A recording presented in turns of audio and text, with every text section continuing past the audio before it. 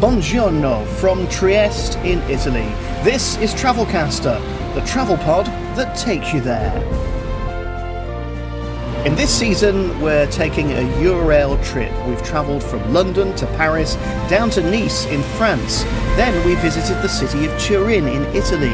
And at the moment, we're in Trieste, the port city that's now a firm favourite for visitors. Today's onward journey will cross the border as we turn our buongiornos into a guten Tag. 2 nights in Trieste, a day and a half of exploring has been just about enough time to have a look at this wonderful city. We visited Miramare Castle yesterday, got caught in a storm, and in the evening took a passeggiato, a walk around the piazzas of this city for some lovely food.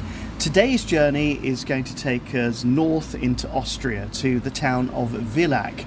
Now, Villach may not be familiar to you, but it is to us rail travellers because it's a real hub. From Villach you can get connections to just about anywhere in either direction, so it's an important place for travel. However, it's also an important place for tourism and visitors, and we're going to be finding out a little bit later exactly what it's got to offer.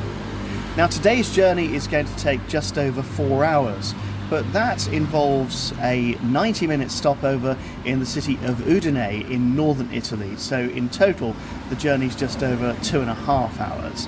From Trieste, though, if time is on your side, you can take alternative locations. We're right on the border of Slovenia, and in just a couple of hours you could be in Ljubljana, the capital of that country. Further afield you might want to visit Zagreb, that's in Croatia, and explore some of the northern coasts there.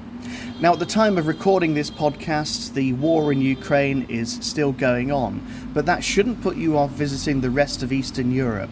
It's open for business and safe to go there.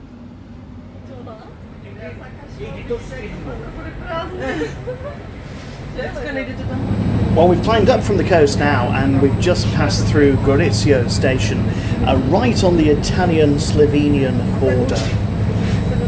And as you can probably hear, the accents and the language is changing.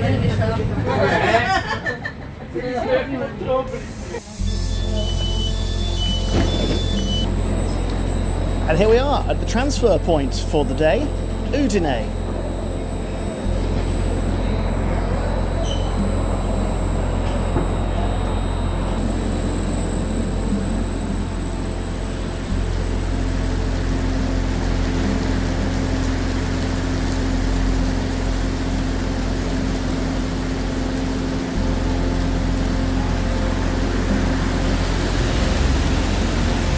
Udine town centre is about half a mile from the station itself, but with this downpour, which really is torrential, I don't think I'm going to be seeing much of it today. Better to get inside and have a coffee and maybe a cake as well. Now, time for a Travelcaster tip on how to pay for stuff. Sounds obvious, doesn't it? But there is a choice of cash or cards. Throughout much of Europe, there's a single currency these days, the euro, of course. But beware, if you're not from this part of the world, not every country has adopted it. Notably, places like Hungary, you'll be spending forints, whilst the zloty is still the king in Poland.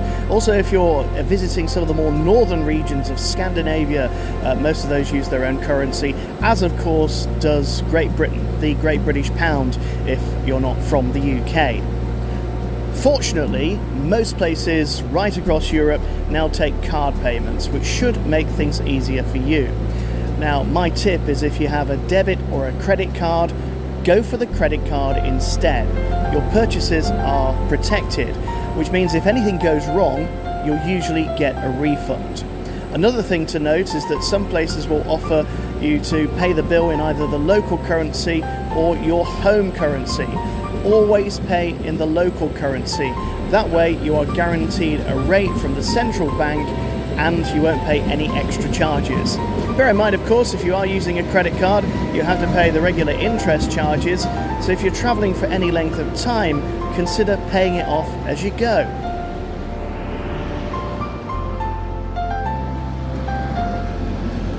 Well, as we crossed the border from Italy into Austria, it was immediately a different kind of landscape. Mountains, rivers, valleys all around, most of them obscured by yet more rain, and it looks a little bit cloudy here as we arrive in Villach, but a very comfortable journey on the OBB railjet service. Now these routes run all across the continent. They're a really good way of getting around, and again, if you've got a first class ticket, you'll have a really plush seat at table service. You do have to pay for the drinks on this one though.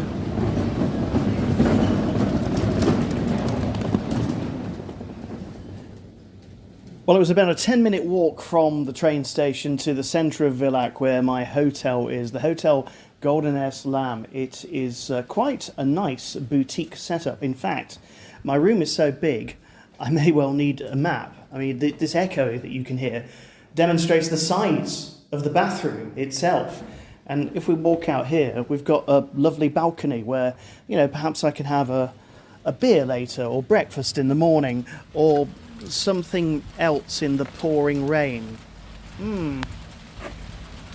Sometimes paying extra for the balcony isn't always a good idea. Still, it looks pretty.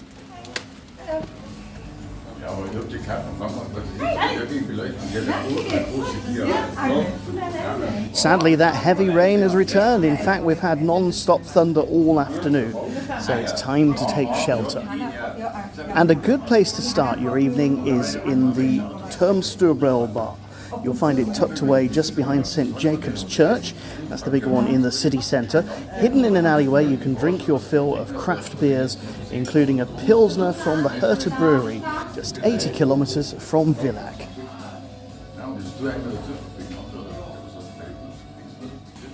I have to admit that I've not done much research on Villach, so it's a case of learning as I go. It's Austria's 7th biggest city, though with a population of just over 60,000. It's set in mountains and beautiful lakes where thousands take a hike in the hills or a cruise on the water.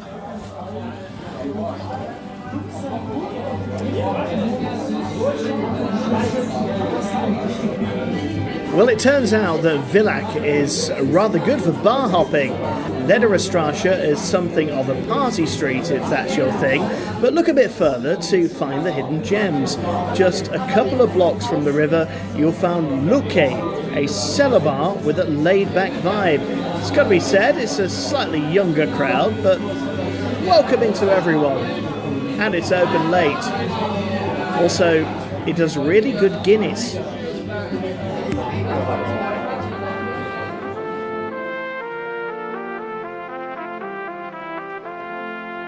This is Travelcaster, the travel pod that takes you there, and today we're in Austria, in the city of Villach. And after a good night's sleep in the hotel, I can finally open the door and go out and use the facility that is the balcony overlooking the courtyard here, because the skies have cleared. Well, they haven't really, it's still quite cloudy above. We are expecting further rain today, but fingers crossed it isn't going to be quite as bad as it was yesterday, nor as persistent. Now, we mentioned Villach's nightlife earlier in the episode. It's well worth getting out and exploring this city after dark, but during the daytime there's bits of history, there's a museum, things like that. However, the real beauty lies in the surrounding area. And one of the best things you can do is to get out onto the water. So today I'm going to be taking a journey to Klagenfurt and Woodensee. It's about half an hour away by train. It's going to cost me about €10 for a return trip because I'm not on a Eurail Pass travel day today. And we're going to see what it has to offer. Now, a quick bit of research has actually given me an extra option. Instead of just paying the €10 for the return trip to Klagenfurt, I've been able to get a regional ticket for the whole day for €13. This means if I see somewhere I just fancy the look of, I can get off the train and get on the next one, hop on and hop off all day long. In fact, these regional tickets are available in many countries, and especially here in Austria. The best place to buy your tickets here is through OBB, the National Railways. They have a very good website in several languages that will guide you to the right price and the right ticket.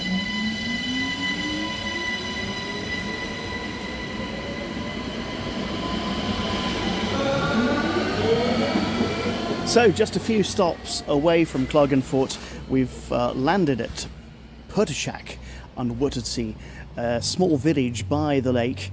Just getting off the train now, and we're going to see what this place has to offer.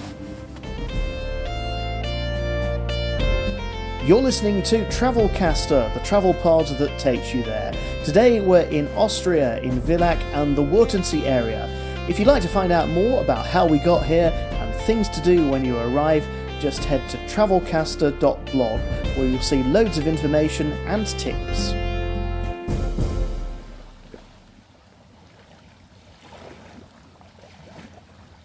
Well, it's taken me about 15 minutes to walk from the railway station here at Villach down to the shores of the lake, and across here is a vast expanse of water. It goes on for miles and miles. It is surrounded by the most beautiful little towns and villages, church spires and the like, and beyond that the hills and the mountains, partly shrouded in cloud and mist today and covered in a carpet of beautiful green trees. It's an easy, fairly flat walk down from the station here, no trouble there. And if the weather was a little bit better, this would be a beautiful place to bring yourself a homemade picnic or something like that. You could just sit here, relax and watch the world go by for hours. No boats out on the lake today, looking a bit choppy for that. But on many of the lakes in this area, there are boat services that go sort of from shore to shore. You can buy a day ticket, do a round trip, that kind of thing. Now, the mapping app that I've been looking at suggests a few places around here do things like bicycle hire. I think the best place to start would be in a larger area like Villach. Go to the tourist information, or perhaps your local hotel can advise you the best place to get on two wheels or do some other activities as well. So by train, it's only taken us about 10 minutes to get from the Wörthersee resort to here in Klagenfurt, the sort of capital of the area, in fact the capital of the Carinthia region. Now, if Villach is Austria's 7th biggest city, Klagenfurt is the 6th biggest. It's twice the size. Around 100,000 people live here. Walking through from the train station though, it feels about 10 times bigger. There's loads more going on. Now, it will take you about 20 minutes to walk from the station into the city centre itself. There are buses if you don't fancy that stroll, and in the centre is a typical Austrian Platz, a town square with the town hall, the Rathaus, standing majestically at its head. And in the middle is the landmark that most people want to take a selfie with. It is the Lindworm Fountain, featuring a dragon spewing water. The dragon is the city's emblem, but he's about to be slayed by a warrior. Appears to be wearing a toga and not much else, and has a large spiked instrument ready to bash the dragon over the head with. Inevitably, this is the place where everybody wants a selfie, and taking pictures for the Travelcaster blog has proved a little bit challenging, but if you go online now, travelcaster.blog, you can see the photos we did manage to get. Now, at the side of the Neue Platz is the tourist information office for Klagenfurt. But here's the thing, I'm here on a Saturday, and guess what? It's closed for the whole weekend. Saturdays, Sundays, and public holidays. It's a curious thing that I've seen in many cities around the world. I just don't understand it. If you had visitors coming here, wanting to spend their money, wanting to find out more, why would you close the one place where they can get information? It's bonkers. Over the centuries, proud cities like Klagenfurt have been centres of commerce. They've traded everything here, and these days you can even do a bit of retail therapy. There's a huge shopping mall at the end of the main street, which looks like just about every other shopping mall anywhere in the world. I'm not sticking around here for long.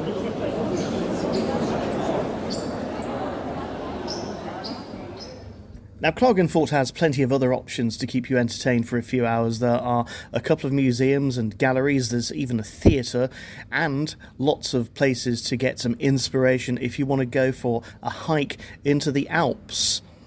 There are also loads of places to eat.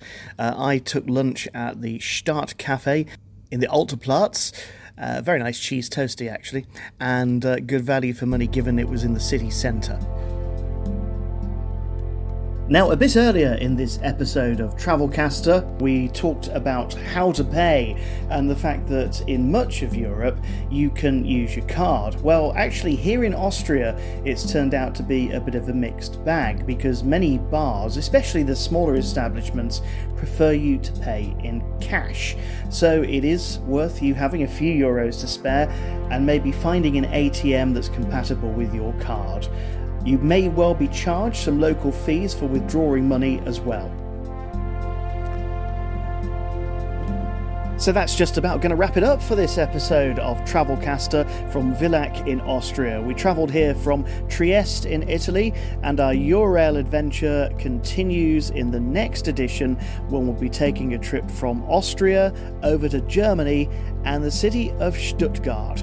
Don't forget, subscribe to this podcast wherever you're listening right now, and head to travelcaster.blog for more tips and exclusive information of how to get here and what to do when you arrive.